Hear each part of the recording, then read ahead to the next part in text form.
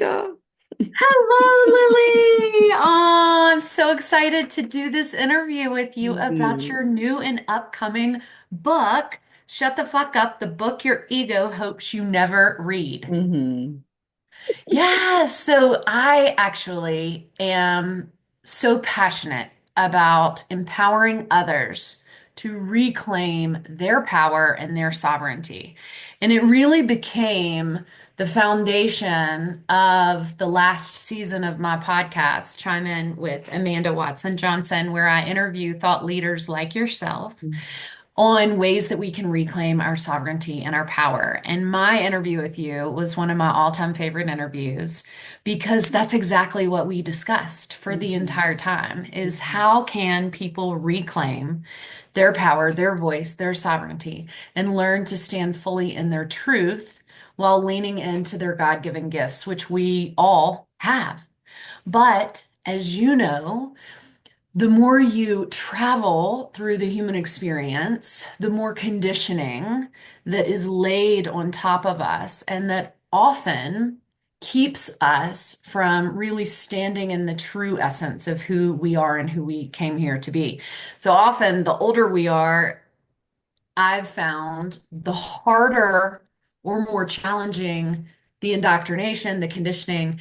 And so there's this undoing and there's this awakening process that many of us go through. Some never go through it, and that's okay too. But those of us that do go through the process, it requires an unlearning and an undoing based on all of the conditioning and all of the stories that we've been told and just the human experience. That's what it does, I think, innately to all of us as we venture through the world.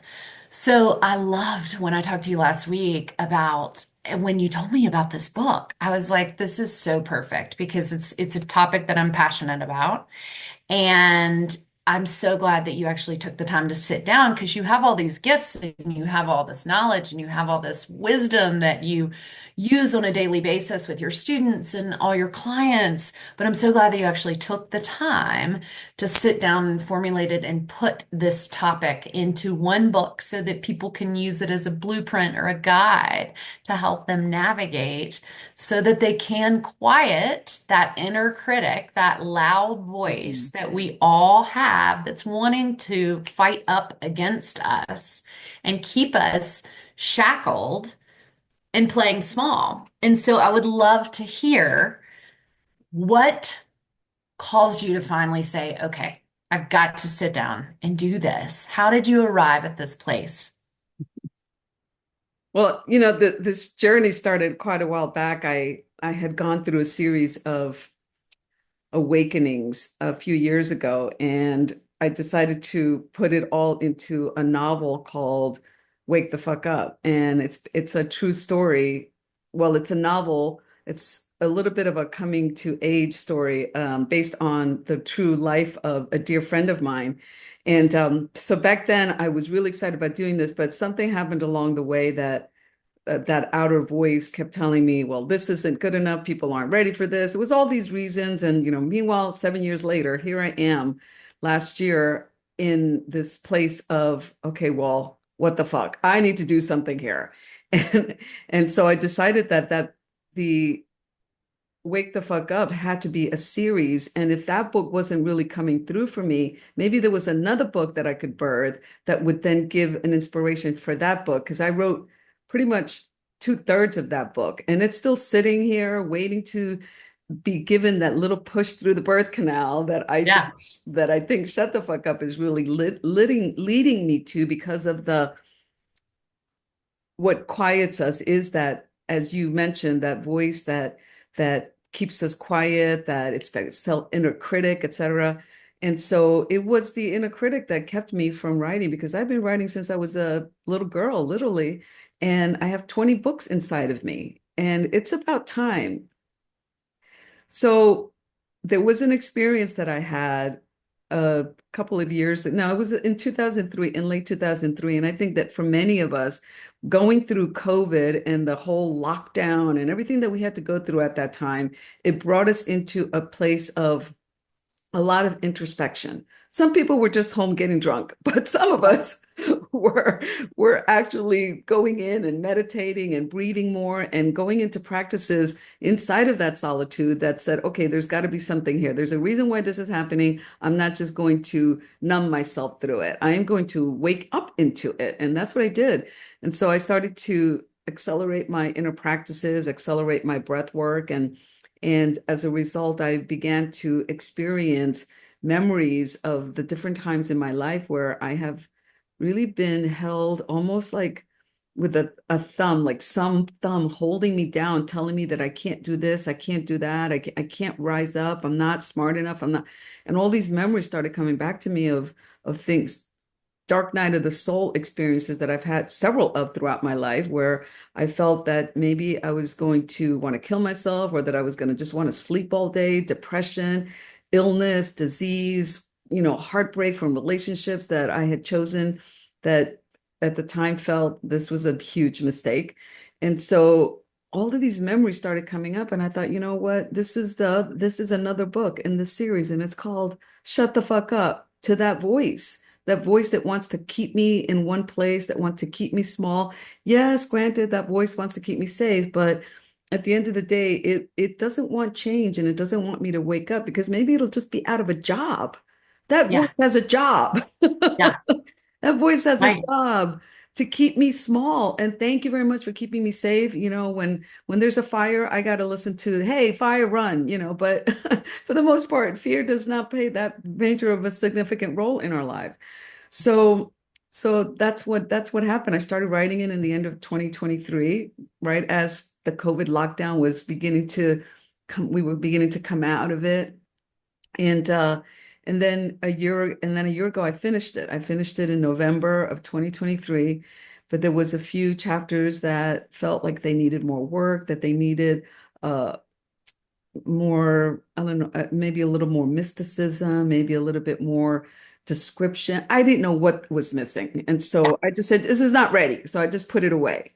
And then it was literally 2 months ago teaching a class called Creating a Sacred Existence. And I talked to you about this.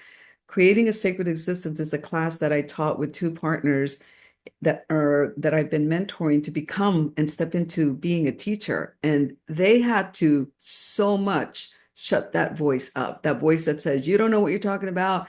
You can't stand in front of an audience. You can't teach. Who do you think you are? And it was the same voices that I had heard when I was a public speaker and a motivational speaker, and when I was doing my thing on stage where I just wanted to tremble and fall off. And that's when I got the courage. And literally it was through that class, we downloaded tons of miracle consciousness. And that's when it was almost like I embodied a miracle for myself, the miracle of saying, okay, well, it's about time. Now is the time. And so then it all just flowed. Yeah, as it Yeah. does, as it does in divine timing. Yeah, I love that backstory so much. And I'm so excited to actually sit down once this book comes out and read it because I think we all, as humans, that voice is present every single day, even if we aren't trying to speak in front of an audience or become a teacher. I mean, it really does kind of lead us and keep us small. And I've heard the theory that, people have said, no, no, no, the role of your ego is to keep you safe. And it's just interesting. I'm just like, well, gosh, it's often it doesn't feel like the intention is good, because that chatter is so negative and it keeps us living in the energetic field of fear, which is just a low vibration, right? And so when we're operating at a low frequency, it's that affects everything that comes into our world, our experiences. So it's something that I've really been trying to navigate myself and quiet that voice and just say, like, not today. Like, no, not today. You are not going to keep me small today. So I'm so thankful that it finally came together in perfect timing. And I know everybody will be so excited to get a copy and dive in because there's truly not a human on this planet that could not benefit from this book. Absolutely. Yeah, totally agree with you. It's Yeah, so what are some tips for those that are listening just to quiet the voice, that inner critic? I've heard it be called the inner villain. What are some tips that you could share with people to get them excited about this book and to turn to the book for more? But what are some tips that they could apply just today? Well, I think one of the first things is to not make that voice wrong because yeah, we could say it does feel kind of negative. That voice is trying to keep me small, is trying to keep me hid away, but the voice actually has a lot of purposes to it and can also play a role as a reminder of who we are because sometimes in order for us to remember who we are, we have to forget who we are, which is the whole purpose of life to begin with because before we're born we're sitting there with a group of light beings that are helping us to decide who's going to be our spouse, who's going to be our lovers, who's going to be our children, all of that. We make all these decisions. And then they say to us, now, are you sure you want that spouse? Because you're going to forget everything when you're born. And then we say, oh, yeah, I'm ready for this. It doesn't matter if I'm going to forget everything. So that outer voice is also part of the design of our forgetting. And in Yeah. listening to that voice, and once we start waking up, we can actually make that voice a reminder and a trigger for us to start remembering that, I set these triggers up because I knew I was going to forget. I knew that Yeah. I was going to be veiled. And so it's kind of, I tell the story of Hansel and Gretel. Yeah. How Hansel and Gretel, they knew that their stepmom wanted them to get lost in the woods. So because they knew that, they started to set up breadcrumbs so they could find their way home. Yeah. And so that's what we do. We set up all these little alarms along the way. Those are the triggers in our life. And that's that outer voice that's telling us you're in trauma, you're in pain, you got to fly, you got to run. And so that would be one of the tips that I would say. And I don't even speak about this that clearly in the book because I'm also wanting the reader to like figure some certain things Mhm. out. I'm giving some general steps, but at the same time, my intention is not to, in a sense, the book is really simple, but at the same time, it leaves the reader with the ability to create his or her own interpretation and his or her own mind in how to take the information rather than me telling them this is what you need to do, blah blah blah. And Yeah. so that's one tip is to make that outer voice. I call it the outer voice versus the inner voice, and I teach the reader the importance of discernment. So that would be one thing that I could definitely describe to people right off the bat is the importance of discernment, the importance of really being able to ground in your heart and listen with your heart instead of with your mind, because our Mhm. mind is so noisy and cluttered with other people's beliefs, other people's thoughts, even other people's emotions. We have a say so about the emotions we saw our parents go through, the emotions we see our children go through, the emotions of our neighbor. It's like we always have something to say. And when we quiet all of that noise down and go into our heart, we're able to discern and therefore take action from a place of trust in our inner voice versus fear. And Mhm. so that's a really huge tip. And then I think another one that I would mention too is that we can't even notice that it's an outer voice talking to us if we don't be quiet, if we don't be still. Mhm. And I think that's where the title really came from, is because I've caught myself so many times just going on and on and on and on about a particular subject or a particular topic. I feel like I'm doing that right now. I got to catch myself. You got to know when to shut the fuck up. Yeah. Yeah. Rather than continuing to prove our point, defend our analysis of something or the reasoning behind something, or simply to prove to the world that, see, we know what we're talking about. And Yeah. so when we can stop that clutter, that's the only time that we are able to then be able to hear the real Yeah. voice of truth. Yeah. Because otherwise it's just ego trying to defend and protect and Yeah. prove.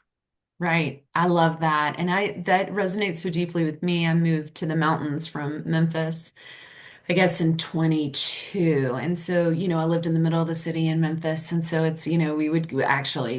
the last decade, I think that we were in our house, it was common to hear gunshots, as we were trying to fall asleep. And so then I was called up, my inner voice and my intuition called me up to these magical mountains, the Appalachians and the forest. I live in the middle of the forest, and um, it's total isolation. But I didn't know at the time why I was being called here.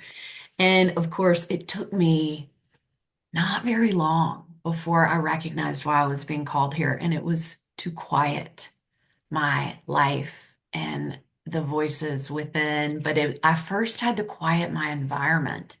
And then when I quieted my environment and the noises were little feet, paws, going through the forest trying to decipher, okay, what is that, a turkey? Is that a deer? Are those bears? When I shifted from being my nervous system was such a wreck, just living in the number one most violent city in the United States and constantly trying to protect my son and like looking at stoplights to make sure that, we were safe. And when you're filling up for gas, and then you move to this place where it's all nature and it's all silence and quiet, and you can feel the wind on your skin, and my whole life changed. It was the biggest transformation I've ever been through. And then that allowed for me to shed multiple skins and really kind of step into who I feel like I came here to be, right? But it took me, what, I guess 44 years to get there. But silence has been such a huge piece of my awakening and my evolution and my development. So that resonates so deeply with me, not only learning to silence that voice, but also striving to make sure that my environment is quiet and so that I can just sit in the stillness. And because of that, I have become far more intuitive and I've been able to tap into discernment far more easily than if I'm constantly running from, in my case, it was crime and just an over scheduled lifestyle, Mhm. which we all struggle with, I think, in different seasons of our life. I mean, I think it's part of living in America and our culture and all the things that come along with that. So, yeah, And I'm so thankful that you shared that perspective. It's mm, beautiful.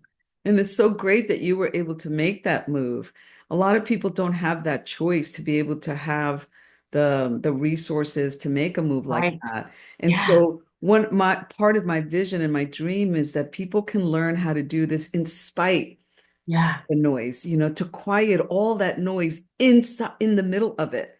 And Yeah. so the artist that I'm working with for the cover, we're working on a design that has to do with somebody like a Buddha meditative figure in the middle of a noisy street, in the Yeah. middle. And then I was raised in Brooklyn, it doesn't get any louder than New York City Yeah. to grow up around so much noise. I also remember the crime when I was a child, and I remember when somebody on the street was killed by a car. She was only 12 Mm. years old and, killed by a car with the traffic and all of that and having Yeah. no trees and the noise of you can't even think out loud.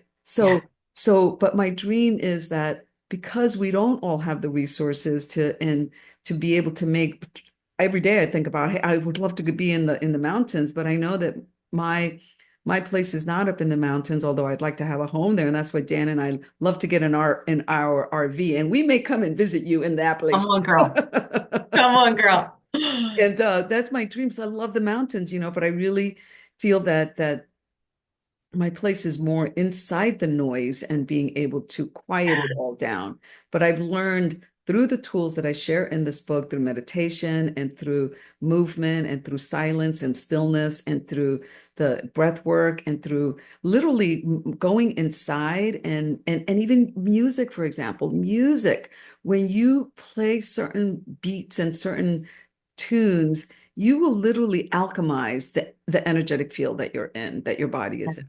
And Yeah. so that's one of the tools that I've learned how to use so much to be able to quiet all of that. Because it's really hard to hear noise when you're listening to a beautiful classical piece of Uh-huh. music, or you have Uh-huh. um that you have the singing bowls. It's really hard to hear any other noise when you're It's so tuning true. into the resonance of musical notes. So, Yeah, you it's so know. true. And it reminds me of that saying, going back a little bit to what you were saying, wherever you go, there you are, so it Right. doesn't, and that's so true. I mean, you can move to the mountains, but if you still have all of the things that are eating you up inside, it really doesn't matter. So that's why it's a beautiful skill set to learn so that no matter where you are in life, in the different seasons, in the different phases, you can tap into that and learn how to quiet that.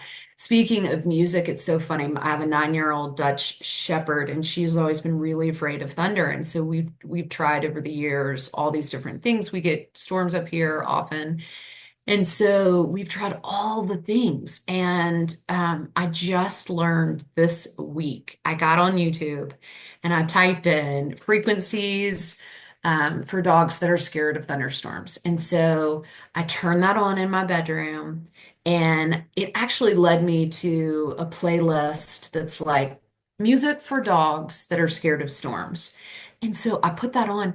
Do you know it has taken me 9 years to find the solution for this sweet dog. And so we just put her in her bed and we turn that music on, and I turn all the lights off in the bedroom. And I mean, she is calm within minutes. It Mhm. is the most beautiful thing. And I'm like, I cannot believe it took me 9 years to even consider using music.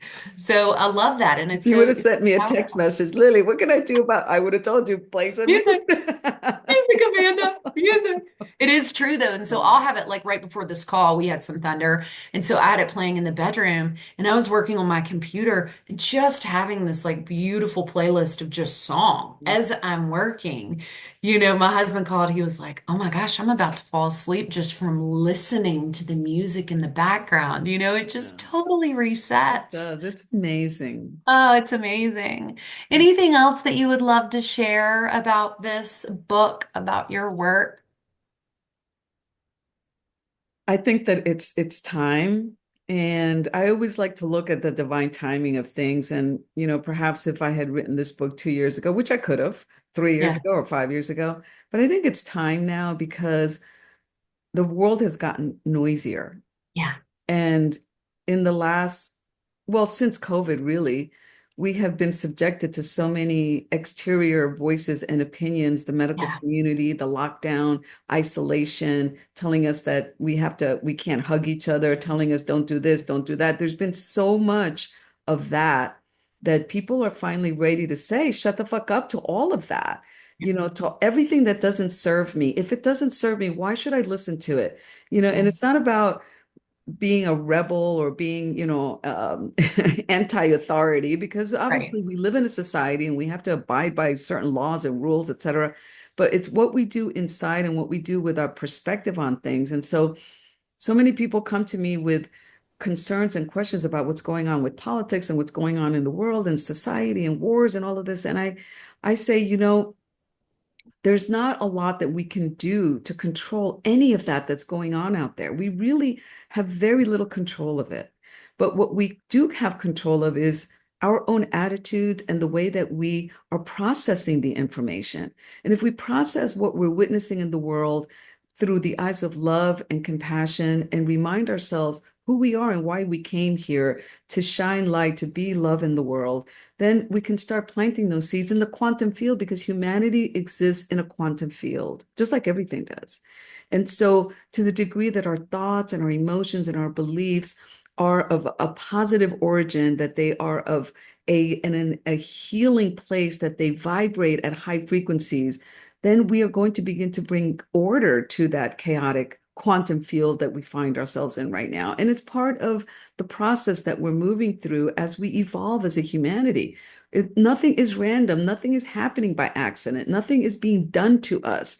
We are part of the creation. We're part of the fabric of everything that we're witnessing, because otherwise we wouldn't be witnessing. It wouldn't be part of us. So we're all responsible. We're responsible for the good of it and the bad of it. And we're responsible for the right and the wrong of it and the up and the down. We're responsible for all of it.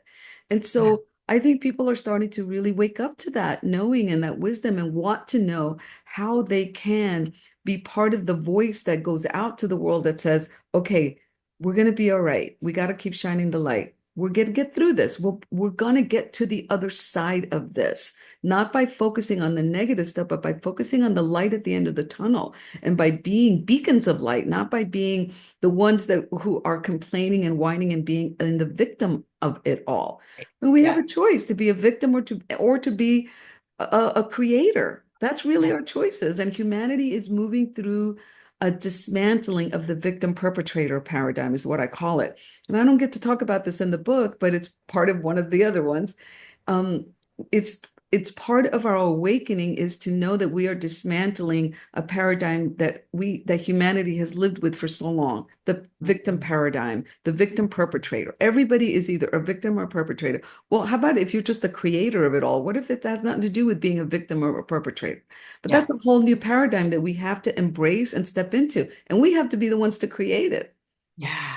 So I think Yeah. people are No, I ready love to that. hear that. I think people are ripe to hear that because nothing else they've been doing is working. And there's Yeah. so much right now that people have been sent my close friends and family who know that I'm getting ready to come up with this book. They're sending me little clips on Instagram, and this message is getting out there, which is really great. Yeah. No, Yeah. I think there's a readiness for it. And I think we had to go through what we've been through in order to awaken. I think that was like a very necessary part of the process Mhm. because you talk about that, the remembrance, this experience is all about, we forget when we come in, and then it's all about us remembering as we continue to go on. So I think the last 4 or 5 years, that was a crucial part of waking us up to remember more quickly. There certainly is a subset of us out there that like came through that experience and we're going, oh, had a massive awakening through the whole COVID. And as terrible as it was in ways, it was also one of the greatest gifts, for humanity because it forced a lot of us to like rise up out of our slumber more quickly than had that not happened. And we had just, I think, it forced an awakening, which I think is a beautiful gift. And then two, I love the fact that you say, because of that, it's caused so many of us to say, shut the fuck up. Like, no, you will not tell me, you know, who I am and what I'm to do with my body and the choices and that I can't hug my loved ones and that I have to stand this far apart. And, so it was a multifaceted awakening. And I think the timing is perfect. And I think you didn't bring forth this book earlier for that exact reason, as you've mentioned. The world wasn't ready. It's like Mhm. when, your timing is perfect. It's like, when can the most people receive this message so that it can really, really benefit them in their life journey? And it's like the timing is perfect right now. Mhm. And I feel even now, even this year in 2025, with every month that has passed, I feel like people are awakening much faster, much faster. Like, whoa, something's been accelerated. And I don't know what's caused that acceleration. Maybe just time. People needed to percolate on what just happened to all of us. And maybe it was just a timing of like, wait, no more. Maybe it is watching politics play out and people are going, wait a second, Mhm. this feels contrived. Like, Yeah. these people feel like they have the same puppet master, whatever. But I think your Mhm. timing is just Yeah. like perfect. And of course it is. I mean, Yeah. that's the way that it works, right? Absolutely, yes. And there is actually a little bit of an explanation about why there's such a huge acceleration in our awakening. And it's because the planet Earth itself is receiving waves and waves of light that we weren't getting before. Yeah. The thinning of the ozone layer is allowing a lot of these frequencies to come through us. And that's also why a lot of people are experiencing really sometimes erratic kind of sensations in their body and anxiety, and Yeah. they don't understand it, but it's because the waves of light that are coming into the planet are so much stronger now. And in some ways, I really do feel that there's a level of time being warped. And it's Yeah. about because of the transition that the planet is making in its fifth dimensional reality, that time is not the same. It really isn't. So we are being assisted And so we have to ride that wave and get on the wagon and Yeah. get with the program. We got new programs coming in. We have to get with the program and ride that wave. Yeah. And doesn't it feel like to you like time is like sped up just incredibly so? Everything is going so much faster. Yes, and we're also able to do more in less time. Mhm. I find that I am, for example, I can spend one day doing 5 sessions in a row, and it feels like 3 days went by, but yet only Yeah. one day went by, you know? So, and not Yeah. because it feels longer, but because so much came through and so much information and so much light came through that I think to myself, that couldn't have possibly happened in 3 hours, and it did. Yeah. Or that couldn't Right. possibly happen in a day, and it did. Yeah. So It's so I'm cool. totally experiencing that. It's mind-boggling and it's What a fun and it's time. Yeah. exciting. It's Yeah. so exciting. What a time to be alive. For those that would like to purchase your book, where can they find it? And when does it come out? Right now, I'm in this weekend I will turn in the final revisions to the editor, and then the artist is promising me the prototypes for the artwork, but within a week. And so I think I'm giving myself 30 days just because I know that I don't know how much revisions the artwork is going to need, but I think the cover is a really, really important thing. And I got the artist that I wanted, so I'm really excited about that. So I would say within 30 days for sure. And it's going to be on Amazon. I am also going to be doing the Audible version. My son is a musician and he has great software to be able to do, and I'm going to do the voice myself. And I'm not even going to do AI because I do a lot of videos on YouTube where I use a clone voice, but I'm not going to do a clone voice. I'm going to do my actual voice. And with my Good. son's editing software and his expertise in sound, we'll be able to get that really great. And then, of course, on Kindle. So I am exploring to translate it into Spanish because Spanish is my second language, and also because I want to make it available to my family, my extensive family all over the world that only speak Spanish. And the Yeah. biggest thing I have right now as a problem is I don't know how to say fuck in Spanish.